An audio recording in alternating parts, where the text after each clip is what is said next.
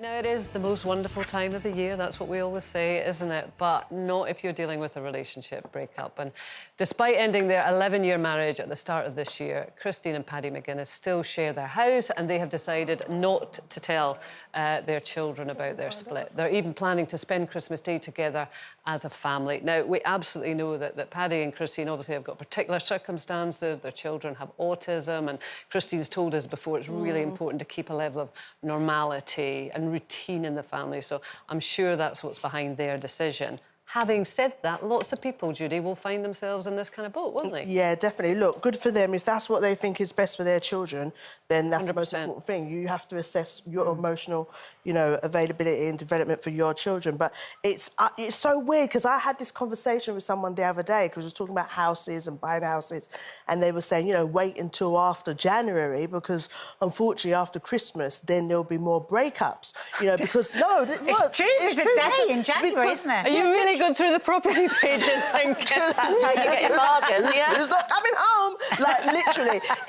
And it's sad to say, because they were saying a lot of people, if you are, you've got children, you don't want Christmas to be that time where everyone remembers that's where mummy and daddy or, it's the same-sex parents that split up. So they want to keep that bit as a separate memory and then wait down the line. And I kind of understand that. I just don't know if I could do it. Would I be able to carry it through if things were really... If you've gone through the split earlier and things are more amicable and you can hold it together, but if you're in that tense period, could you?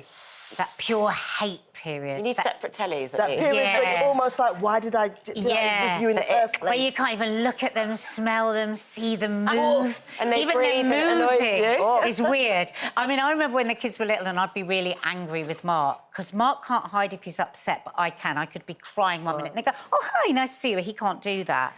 Remember that about her. Remember that about her. But I remember, like, seething anger. I would be, like, just talking really normally with the girls, and they were listening. They go, Mummy, why is your voice weird? Yeah. Why does it sound different with Daddy? So I think you have to be at that place we've moved on a bit, because I think sometimes for children it's almost more stressful if they're feeling the covering up of a row. Do you know what I mean? But the reality is sometimes there's family dynamics and things going on in the home that even if you haven't separated, the kids can feel that energy anyway. You know what I mean? So what do you do? But I have to say, I grew up in a household where my mum and dad didn't ever row in front of us. So that's not to say they weren't rowing, and it was completely kept away from us. And I don't necessarily know if that's a good or a bad thing, but we've carried it on now in our marriage. If we want to row, we say, meet me in the garage. Do you say it in a nice way, or do you say... No, I'm like, meet me in the garage. And that's when you know stuff's going down. And then we go out the back door, we go in the garage, and then we have our row,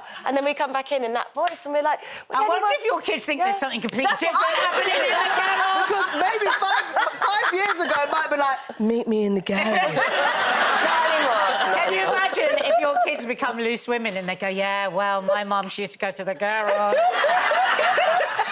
My mum and dad would fight like cat and dog in front of us. Yeah, and I had a very happy marriage, absolutely. They didn't quite make their 60th anniversary, unfortunately, before they passed away, but they had a wonderful marriage, but my mum was fiery. I mean, teapots flying, she let it go. Got on with my mum. And I would always be kind of enlisted. My dad would storm out the house, and then, so we'd give him, I don't know, half an hour, and then my mum would say, get in the car.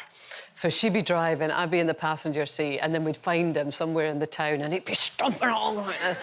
And then I would have the door half. Dad, come on, come back in, Dad. It's fine, she's fine. Come on, Dad. And he'd get in the back, and then it would blow over in half an hour. So I kind of grew up completely differently from you. But funnily enough, I don't like rowing now. But it's funny because you say that with such a warm smile. Exactly. And actually, when I was very, very bad in my menopause and was flying off the handle all the time, trying to get out of moving cars, like Mark, I would jump out of a moving car, Mark would be going around the roundabout trying to get me, and I'd be like, no, and then I'd be storming down the street. People would think he was trying to kidnap me. Well, the girls tell that, oh, do you remember, Mum, when Timmy used to think Dad was trying to kidnap you? And what about that time when you got out the car and you were rolling down the road?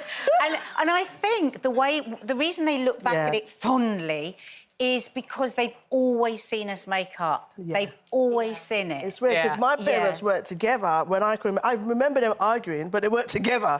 But there was a sense of normality. I kind of liked it because, you know, she'd come round to see me and she'd cook food. He'd be like, oh, I think there's too much pepper. And she was like, you know, live here and not ask about the pepper.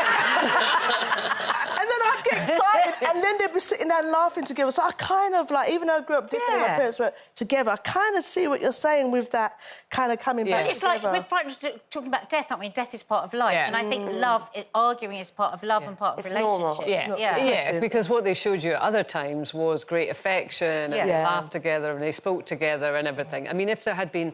it's the frostiness that's the worst, isn't it? Everything is just a bit frosty. Those houses where you can hear the clock ticking and the cutlery clicking. You've been round my house.